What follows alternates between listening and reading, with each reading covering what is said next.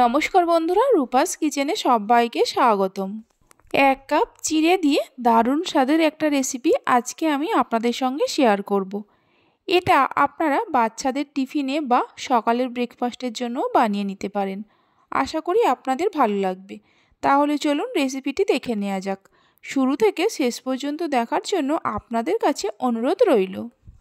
প্রথমে 1 কাপ চিড়েকে 2-3 বার জল দিয়ে ভালো করে ধুয়ে নিয়ে অল্প জল দিয়ে 15 মিনিট ভিজিয়ে রেখেছিলাম।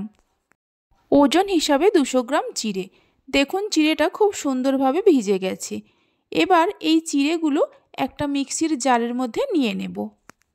চিড়েগুলো মিক্সির জারের মধ্যে দেওয়ার পর এর মধ্যে দিয়ে দেব 5 টেবিল চামচ সুজি, দিয়ে দেব 100 গ্রাম ছানা। আপনারা চাইলে ছানার পরিমাণটা কম বেশি করে দিতে পারেন বা পনিরকে গ্রেট করে নিয়েও দিতে পারেন। অল্প জল দিয়ে ঢাকা দিয়ে পেস্ট করে নেব। পেস্ট করে নেওয়া হয়ে গেছে। এই পেস্টটা একটা পাত্রের মধ্যে ঢেলে নেব। চিড়ের এই পেস্টটা একটা পাত্রের মধ্যে ঢেলে নেওয়ার পর মিক্সির জারের মধ্যে অল্প করে জল দিয়ে দেব। মিক্সির জার ধুয়ে এই জলটা চিড়ের পেস্টের মধ্যে ঢেলে দেব। দিয়ে দেব স্বাদ মতো নুন, হাফ টেবিল চামচ গোলমরিচ গুঁড়ো আর হাফ টেবিল চামচ চিনি। চিনিটা চাইলে আপনারা নাও দিতে পারেন। সব শেষে দিয়ে দেব সামান্য বেকিং সোডা, মানে 1 চামচের 4 ভাগের 1 ভাগ। সব কিছুকে মিশিয়ে নেব। সব কিছুকে মিশিয়ে নেওয়া হয়ে গেছে। ব্যাটারের ঘনত্বটা ঠিক এরকম থাকবে, মানে একটু থকথকে ব্যাটার তৈরি করে নিতে হবে। ব্যাটারটাকে মিনিট 2-3 সময় ধরে ফেটিয়ে নেব। ব্যাটারটাকে ভালো করে ফেটিয়ে নেওয়া হয়ে গেছে। এইভাবে রেখে দেব। এদিকে গ্যাসের ওপর একটা ফ্রাইং প্যান বসিয়ে দিয়ে তার মধ্যে ভালো করে তেল ব্রাশ করে নেব। ফ্রাইং প্যানটা গরম হলে 1 হাতা করে ব্যাটার দিয়ে দেব। ব্যাটারটা দেওয়ার পর হাতা দিয়ে এইভাবে গোল করে দেব। এই সময় গ্যাসের ফ্লেমটা লোতে রাখতে হবে। এর ওপরে দিয়ে দেব ছোট ছোট করে কাটা বিট, ছোট ছোট করে কাটা গাজর আর ধনেপাতা। এর ওপরে বিট, গাজর আর ধনেপাতাটা দেওয়ার পর গ্যাসের ফ্লেমটা মিডিয়ামে করে এইভাবে 2 থেকে 3 মিনিট রেখে দেব। মিডিয়াম ফ্লেমে 2-3 মিনিট রাখার পর দেখবেন ওপরটা আস্তে আস্তে শুকিয়ে আসছে।